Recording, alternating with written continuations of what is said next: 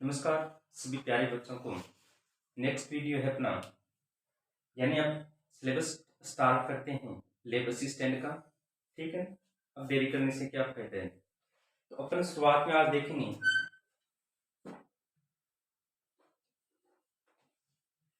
Atomic structure.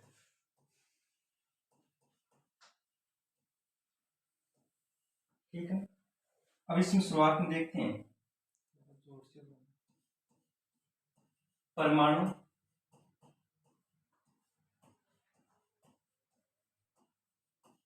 संरचना and आवर्त सारणी। यानी आज जो अपना टॉपिक है वो किसके बारे में रहेगा?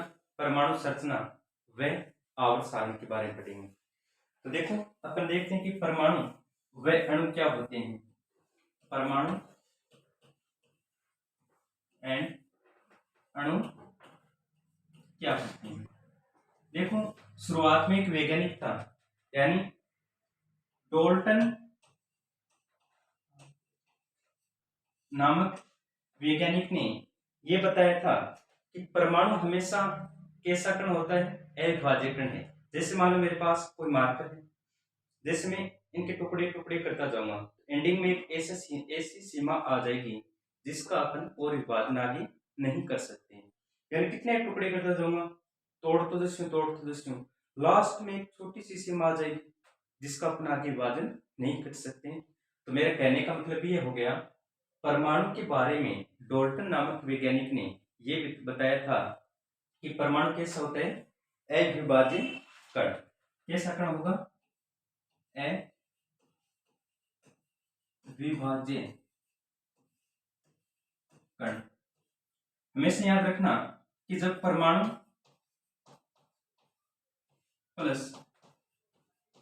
परमाणु मिलते हैं तो किसका निर्माण होता है? अणु का। और अणु हमेशा याद रखना कैसा कण होता है? द्विभाज्य कण। यानी मेरे कहने का मतलब क्या हो गया, जब परमाणु प्लस परमाणु मिलेंगे तो किसका निर्माण होता है? अणु का निर्माण होता है। और अणु हमेशा कैसा कण होते हैं? विभाज्य, जिसका अपन क्या कर सकते हैं? विभाजन। तो हमेशा याद रखना, अणु मुख्य रूप से दो प्रकार के हो जाते हैं। यानी ये जो अणु होगा ये कितने प्रकार का होता है? दो प्रकार का। ठीक है, एक तो होता है बच्चों सम, क्या हो जाएगा? सम द्वि परमाणु अणु। और एक हो जाएगा आपका विषम द्वि परमाणु अणु। यानी सम यानी समान, विषम यानी अलग अलग। यानी जिसमें समान अणु भाग लेंगे उससे अपन क्या बोलेंगे? सम द्वि परमाणु अणु। यानी जिसमें एक ही प्रकार के होंगे।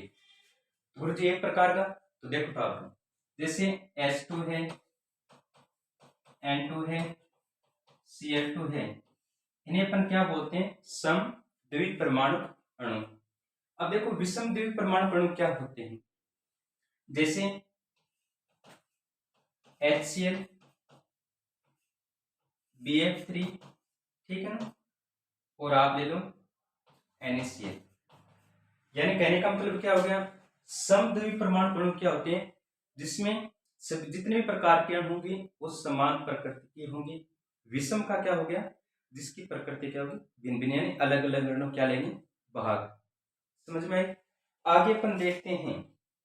देखो, वैसे याद रखना, ये जो मैंने परमाणु नाम लिए है, तो आपको एक क्वेश्चन पूछता हूं कि रासायनिक अभिक्रिया में परमाणु भाग लेता है या अणु? तो मैं से याद रखना, रासायनिक अभिक्रिया में कौन भाग लेगा?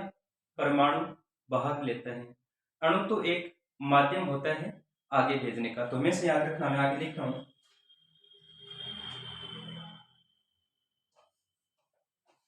परमाणु रासायनिक अभिक्रिया में भाग लेता है। अणु तो एक माध्यम होता है। परमाणु को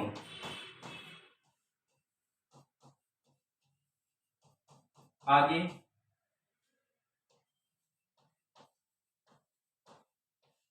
भेजने का। ठीक है ना। जैसे उदाहरण लेते हैं, H2 प्लस Cl2, तो किसका निर्माण हो गया? 2HCl।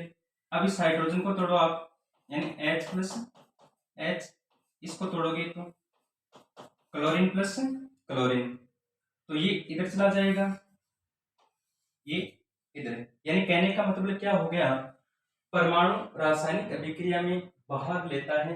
अणु तो एक माध्यम होता है परमाणु को आगे भेजने का। आगे देखते हैं बच्चों,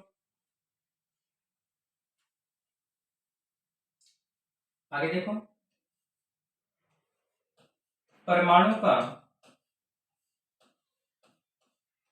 मुक्त अवस्था में स्थायित्व नहीं होता है। अपवाद नोबेल गैस। नोबेल गैस, चलो तो बताता हूँ नोबेल गैस कौन सी होती है। यानी आप पहले कितने याद रखना, परमाणु का मुक्त अवस्था में, मुक्त यानी फ्री अवस्था में कोई स्थायित्व नहीं होता है। अपवाद जैसे नोबेल गैस होगी, जिससे अपन उत्कृष्ट गैस भी बोलते हैं। देखो नोबेल गैस कौन सी होती है। हाँ, तुझे बताना क्या जो, देख आगे। हाँ सर। अरे बेटा, शर्माने की क्या बात है, पूछो आराम से, बताने के लिए तो खड़ा हूँ। हाँ सर, बताओ noble gas. Helium, neon, argon, krypton, xenon और रेडोन। इसका ट्रिक से भी याद रख। देख बेटा, इधर देख कैसे क्या होगा। जैसे helium, neon, argon, krypton, xenon और रेडोन, यानी हे नेताओं और कर्मियों जीते रहो। आई समझ में? Yes sir. हाँ, तेरे ज्योति आगे सर। हाँ, आगे देख, फिर क्या होता है, इसका परमाणु क्रमांक एटॉमिक नंबर भी बताऊं क्या? Yes sir. हाँ, देख एक नियम होते हैं, अपन करते हैं ना, 2, 8, 8, 18, 18, 32। हमें पता है हीलियम कितने पर आता है, 2 पे, 2 में 8 जोड़ दो, 10, 18, कितने हो जाएंगे, 36, 54 और 86। आई बात समझ? yes, अब देखो अगला नियम क्या है।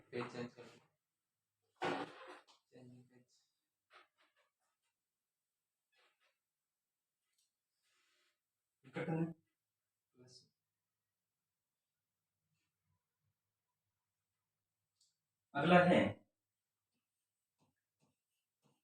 रासायनिक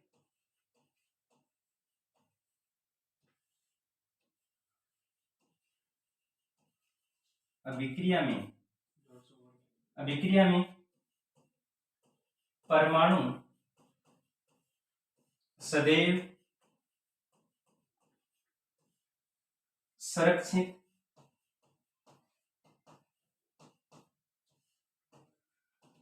रहता है। यानी रासायनिक अभिक्रिया में परमाणु सदैव सुरक्षित रहता है। अपने 11th क्लास में पढ़ा था ना, स्थिर अनुपात का नियम, ध्रुवीय अनुपात का नियम, वो लगते हैं। यानी परमाणु को न तो बनाए जा सकते हैं और न ही उत्पन्न किया जा सकते हैं। जैसे उदाहरण के तौर पर आप देखो, N2 प्लस में 3H2 क्या हो गया, 2NH3। तो यहाँ पे नाइट्रोजन, यानी परमाणु सुरक्षित का मतलब क्या हो गया, यानी द्रव्यमान को इसमें न तो अपन बना सकते हैं और नहीं उत्पन्न कर सकते हैं। तो आज अपन ने क्या पढ़ा था, या फटाफट रट्टा मारे जा। देखो क्या बताइए, मैंने बताया था कि परमाणु के बारे में किसने बताया था, डोल्टन ने। डोल्टन के अनुसार परमाणु क्या होते हैं, विभाज्य कण होते हैं। फिर अपन ने क्या पढ़ा था कि परमाणु प्लस परमाणु मिलकर हमेशा किसका निर्माण करता है, अणु का निर्माण करते हैं। अणु क्या होते हैं, विभाज्य कण। फिर मैंने अणु के प्रकार बताए थे कि अणु कितने प्रकार के होते हैं, 2 प्रकार के, सम और विषम। सम का तात्पर्य क्या हो गया, जिसमें एक ही प्रकार के, जैसे H2 है, Cl2 है, N2। विषम का क्या हो गया, जिसमें अलग अलग होंगे, जैसे HCl है, BF3 है, ये आ जाएंगे। इसके बाद मैंने बताया था कि परमाणु हमेशा रासायनिक अभिक्रिया में भाग लेता है। अणु तो एक माध्यम होता है आगे भेजने का, यानी परमाणु को। फिर मैंने आपको एक बात बताई थी, परमाणु रासायनिक अभिक्रिया में सदैव क्या रहते हैं, सुरक्षित रहते हैं। ये मैंने बताया था उदाहरण आपको। चलो टाइम का थोड़ा सा क्या है, अभाव कम है, ठीक है ना। इस कारण में अगला है परमाणु के मूलभूत कण, वो टॉपिक लेकर आऊंगा। तब तक आप स्वस्थ और खुश रहिए और ये पढ़िए। थैंक यू दोस्तों।